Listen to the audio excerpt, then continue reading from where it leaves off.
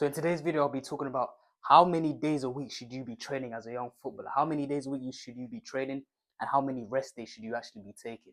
Now, in my opinion, if you're below the age of like 18, you should be doing something every single day. That doesn't mean you have to be going 110% every single day, but for me, you have to be doing something every single day. Maybe even if it's not maybe training on that day, it's either going to the gym, or it's either just watching games, or just watching games, studying the game, just doing something every single day.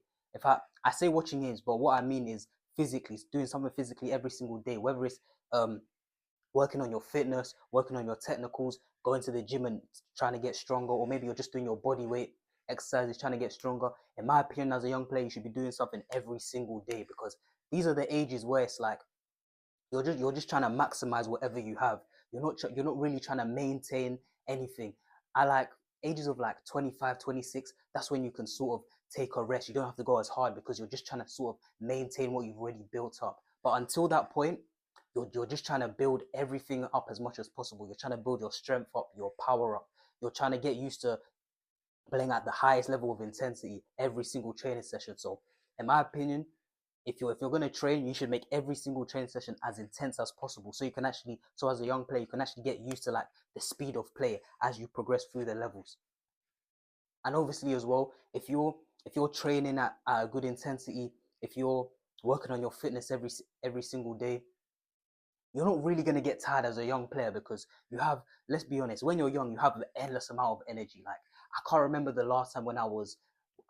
when I was like 14, 15, where I woke up one morning and I was sore. Like, I never really felt sore at like 12, 13, 14. It was only when I got to like 17, 18, 19, that's when I started, sometimes waking up feeling sore in my hamstrings, or just my legs just feeling a bit heavy. But like I said, as a young player, like 12, 13, 14, you don't really get tired. You just have boundless amounts of energy. So in my opinion, you should use that to your advantage, and literally just try go as hard as possible every single day. Now, if you have one day where you're just absolutely knackered, or you're busy that day and you can't really train, you've got other things going on, that's completely fine. But in my opinion, most days you should be going as intensely as possible, just trying to build everything up. Just like I said, getting better technically, physically, fitness wise, speed wise, just trying to maximize everything. And then once you get to like, let's say you make it, and once you get to like 23, 24, that's when you can start lowering the intensity of your training, because that's when you're trying to just maintain everything that you've built. You're not really, if you look at most professional footballers training sessions, you don't really see them lifting heavy weights, or doing mad cardio, unless it's in pre-season. But normally when you look at like their training sessions in on the football pitch, or even in the gym, if you look at them in the gym, they're not lifting mad heavy weights. They're just, a lot of the time, it's just flexibility work. It's just flexibility work, just trying to maintain everything that they've built up, just trying to make sure that the body's flexible, that no muscles are getting pulled. And that works for them, because obviously that's for the players who are like 25, 26. They've already been established. They're already sort of, grown into their man body. But in my opinion, as a young player, you shouldn't really be doing, flexibility work. You should be focusing on that power, that explosion, you know, on that's in the gym, power and explosion in the gym, lifting heavy weights, doing leg exercises, core exercises, shoulder exercises, and all of that, just upper body, lower body, and your core. And then on the training pitch also, working on that fitness, working on your technicals, just getting used to just trying to increase your intensity, increasing your speed of play every single training session, and just focusing on that. Because like I said, there's no point as a young player trying to copy the pros, and do like I said, stability work, or take breaks, or not really push yourself that intensely, because you haven't really built up those skills, those fundamentals, that you haven't built up that fitness, that strength, that power. So in my opinion, you should be trying to train at least trying to train every single day. And trust me, you might think, oh, but I need to rest, I might get tired, but trust me, just train every single day for a week, and just see how you feel. Because if like I said, most likely if you're like 13, 14, you won't really feel that tired. You won't come away, let's say you've trained Monday to Sunday, you won't really come away feeling, oh my days, I'm so tired, blah blah blah. unless you've never even trained before. But I'm assuming that obviously if you're watching this video, you're a footballer, you've trained before, you've trained at intense levels before.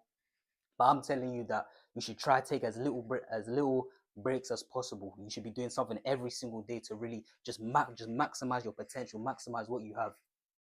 In my opinion, you probably even have the capacity to do, two sessions a day, 3 sessions a day. Even if you look at a guy like, even move away from football, let's look at like a basketball player like Kobe Bryant. Like he always used to say that he used to do like 3 2-hour training sessions when he was young, maybe when he was like 21, 22. And then when he got to like, 27, 28, that's when he sort of had to cut it down. He sort of had to, take his time with it and just focus on, just making sure he wasn't injured, just doing stability work and all that. Because like I said, when you're young, you just have boundless amounts of energy. So when I hear a lot of young guys saying that, I took a 2-day break, I took a 3-day break, I'm thinking, I'm thinking as a young player, you don't need a 3-day break. You need to be using those days to literally just improve every aspect of your game. So yeah, literally, in my opinion, you should be taking maybe one rest day a week, because obviously I know life can get in the way and things can happen. You might have other commitments elsewhere, but every single day you have the opportunity to train, you should be training just at the highest intensity you possibly can, at the highest speed you possibly can. Just like I said, just trying to improve your overall game.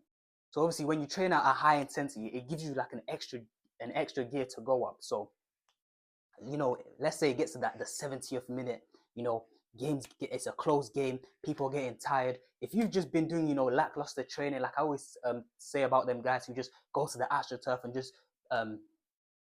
just shoot at the goal, or they do very low intensity training where they're not really pushing themselves, you're not going to have the extra gear to go up after like the 70th minute. You might start feeling fatigue in your legs, you might start getting tired, you might start, and then obviously when you get tired, when you're tired physically, your mental concentration starts to go. Maybe you lose your mind from a corner, something like that.